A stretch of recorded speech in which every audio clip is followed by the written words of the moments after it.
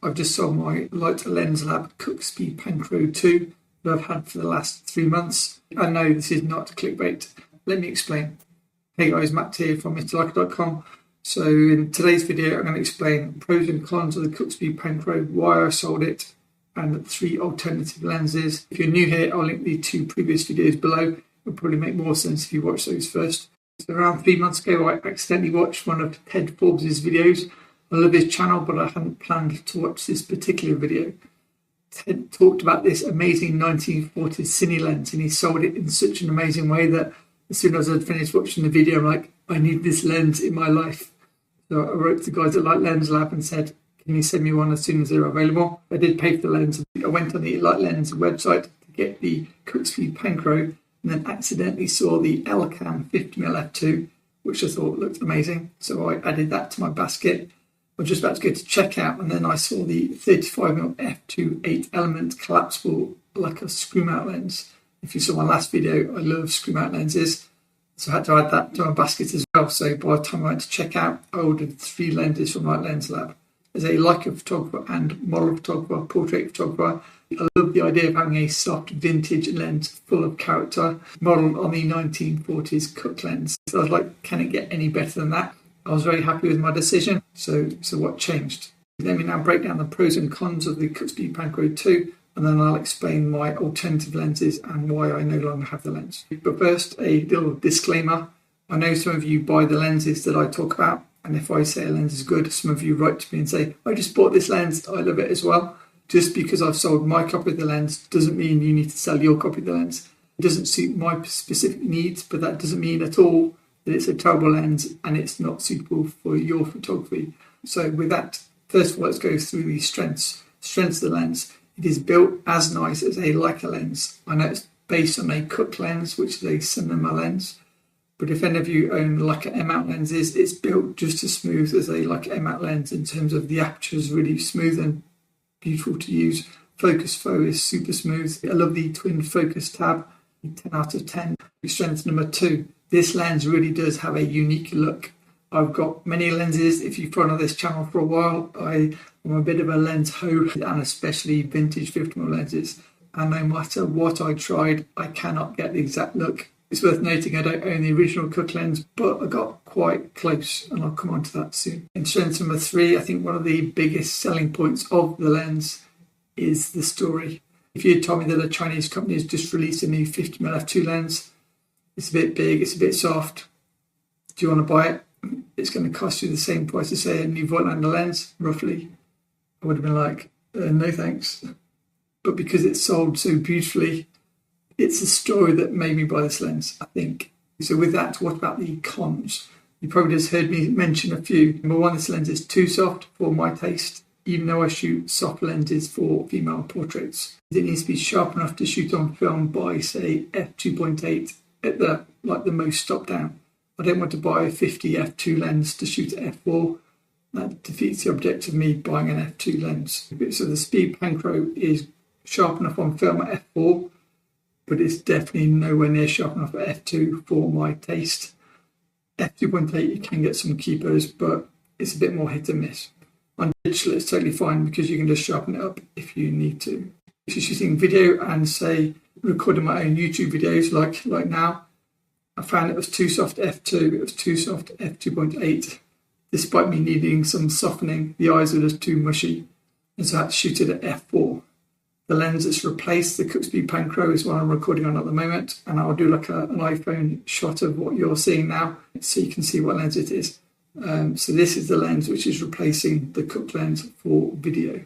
Number 3, again, this is personal preference. I much prefer small lenses because most of my photo shoots are often overseas and I have to cram as many small cameras and lenses into a bag as possible. If I've got one soft 50 f2 lens, which is twice the size of another 50 f2 lens, I'm always going to take the smaller 50 f2 lens.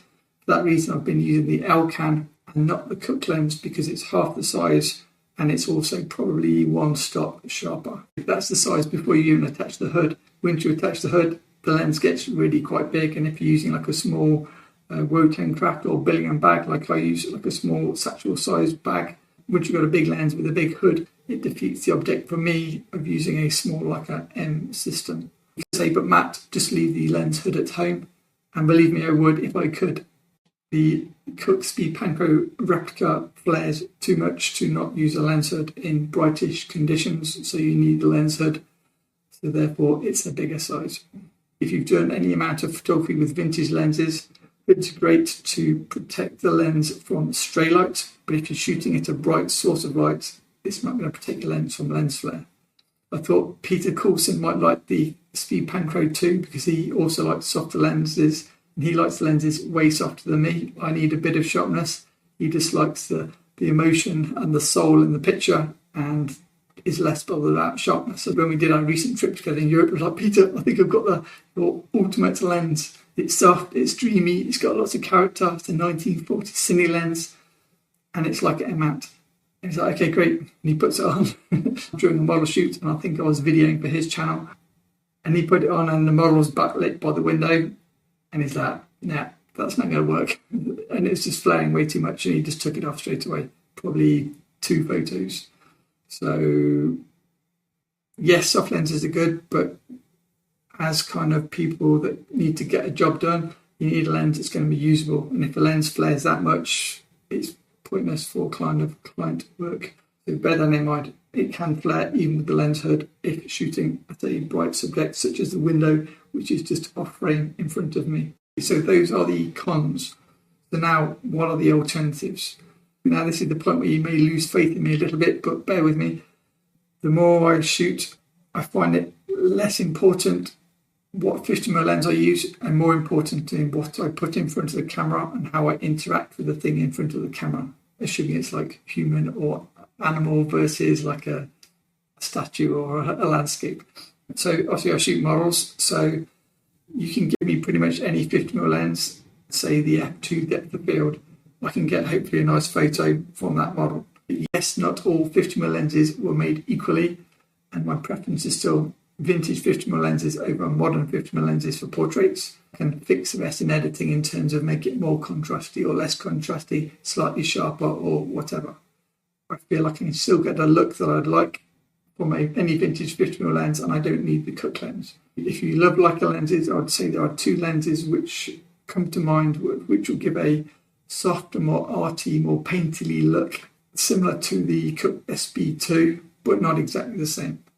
First particular lens cap off is the Leica Summerit 50mm f1.5. With the maximum aperture of f1.5, this is going to give you more impressive bokeh, bigger bokeh balls being a 1.5 lens versus the f2. This lens is soft, wide open, but if you stop it down, it starts to get really sharp. The difference with the Cooke lens is you stop it down and it gets sharper so gradually that you really barely notice. The second Leica lens that I'd recommend for Leica M-mount users trying to get a vintage look, similar to say the Cooksby Panchro 2, would be the Leica Scimitar 50mm f2. This lens is also incredibly soft, shot at f2. Both lenses will flare, but again, if you stop this lens down to around f3.2 onwards, this lens sharpens up and the contrast builds up so much, and this can be a really impressive performer by f4, and it'll blow the Cooksby Panchro out the water for, say, detail in a photo. So both of these lenses give you both a soft look and a sharp look just by stopping them down. So those are my Leica M-mount options. Though actually, this one's actually thread mount, but you could use it with an M-mount adapter. It is collapsible. I have done a full video on this. I can link them at the end. Now, all lenses will draw differently. You've got sonar lenses which have a certain look. I've got some sonar lenses coming very soon. These Leica lenses will have a certain look in terms of the bokeh, the swirl and all that kind of thing. And then the same is true with, say, Japanese lenses like Canon 51.4, Canon 51.8, Nikon 51.4 SC. There's a lot of vintage fast lenses which are all excellent, which will do the job to the most part, similar to the Cooke lens, but probably sharpen up a lot faster. This brings me on to my third lens, or third alternative to the Cooksby Panchro 2 replica, and it is the lens I use to record these videos, and it is the Leica Thermocon R 50mm f2 version 1. It needs to be the version 1, not the version 2, because they are different in how they render. Now, I did do some geeky side-by-side testing shooting the Leica Summicron R on both the Lumix S5, the Leica SL, and the Leica M240. This is a Leica R lens, so you need a Leica R to M adapter and then focus via the EVF if you're using an M camera. The reason I settled on this lens in particular is because Leica R lenses are known for being great as cine lenses. And so straight away it's like, maybe this is the lens that might be the closest. The version 1 flares more than the version 2 and has a certain look. It's a mandala lens, I think. Correct me in the comments below if I'm wrong, I think it is. So it has a slightly more swirly bokeh. It's got a slightly different flare. It does flare just as bad as the Cooke lens, but it has like a red flare, where the Cooke lens has got a more of a blue flare in certain situations.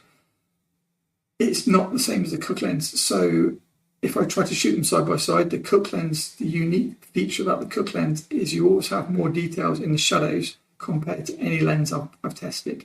If you found one that's exactly the same, let us know in the comments. But everything is blacker blacks than the Cooke lens in terms of the shadow detail. In certain situations, the Leica Summicron R50 f2 can give a very similar look, and it's near enough for what I need for my work where I'd be more than happy shooting that lens and not miss the Cooke lens.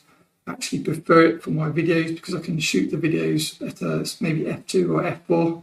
You can tell if the shot at f2 because if I get excited and start moving my head, my eyes go out of focus because it's a manual focus. So, and you'll also notice over there, if my finger's in shot, the bokeh, I'll try and bring up some sample videos and link them below, shot with the Cooke lens and shot with this lens. The bokeh in that corner is better with this lens than with the Cooke lens. And I like a bit of separation and try and make things as arty as possible. So that's why I kept this. Well, I was keeping this anyway, but that's why I sold the Cooke lens and kept this one. The Leica Summicron R is around, I want to say, £400 on eBay used. I can put an eBay link below. These lenses, again, I'm totally guessing now, maybe £300 to £500. The difference with these is you've got to try and find a clean condition because they're obviously much older. One advantage of the Cooke lens is if you love buying new lenses, but you want a vintage look, the Cooke lens ticks the box because it's brand new off the shelf, no worries about trying to find a clean copy on eBay. You can just buy it straight away. But for any of you that have already got a lot of vintage lenses, I don't think you may need the Cooke lens as well. Obviously, it's personal preference, but that's why I sold my copy. I think we should say a huge thanks to Lens Lab for bringing us these amazing lenses. With that, a huge thanks to my awesome patrons. And if you want to see videos on the Summer Rit, Summer Tar, and Leica R lenses, I can link these here next.